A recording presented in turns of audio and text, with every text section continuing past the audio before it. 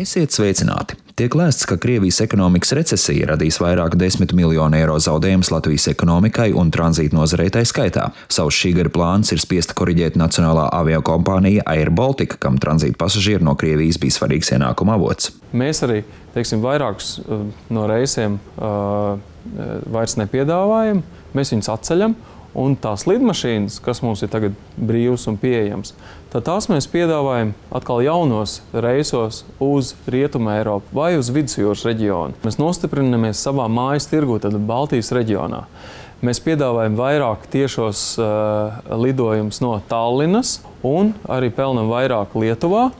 Un šogad diezgan unikālu maršrutu mēs piedāvājam iekšzemes reises Vācijā. Kur vien iespējams, tur dīkstāvs nav, un ja mēs arī redzam, ka mums ir jāsamazina tā, ka rodas dīkstāvi, mēs tās lidmašīnas piedāvājam arī čarterreisēm. Darām visu, lai mēs turpinātu strādāt ar peļņu. Tāpēc vienmēr ļoti aktīvi pielāgojamies tai tirgus situācijai. Avio pasažieru plūsma no austrumiem uz rietumiem mainījusies ne tikai kvantitatīvi, bet arī kvalitatīvi. Pasažieri no Krievijas vairs neceļo ar papildus bagāžu vienībām un krietni mazāk lidmašīnās pērk dažādas luksusa preces.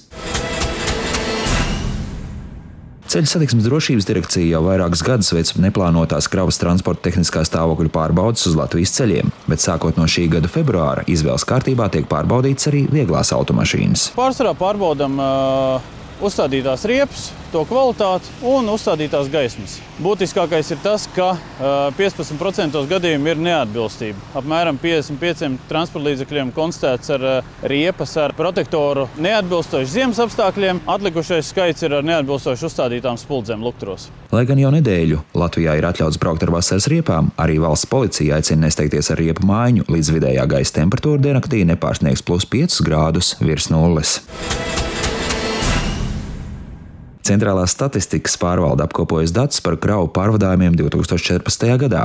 Būtiskākais secinājums – svarīgākajās transporta nozarēs pārvadāto kravu apjoms pieaudzis par 2,5%, salīdzinot ar 2013. gadu. Ar autotransportu pērn kopumā pārvadāta 62,2 miljonu tonu kravu. Lauvas tiesa no tiem veidoja iekšzemes pārvadājumu, kur pieaugums bija niecīgs, bet starptautiskie pārvadājumi pieauga par 15,3%. Pavisam cita aina vērojama dzelzceļa transportā. Pērn valsts akcijas Latvijas dzelzceļa infrastruktūra izmantotu, lai pārvestu 57 miljonus tonu kravu, kas nospiedošā vairumā ir starptautiskie pārvadājumi, un tikai 1,2 miljonu tonu veidoja iekšzemes kravas. Lielākais starptautisko kravu galamērķis bija Latvijas ostas, savukārt tranzīta kravas pērn samazinājās par 29,5%. Cerot arī uz labu šī gada pirmo ceturksni, šodien atvadāmies. Visu labu!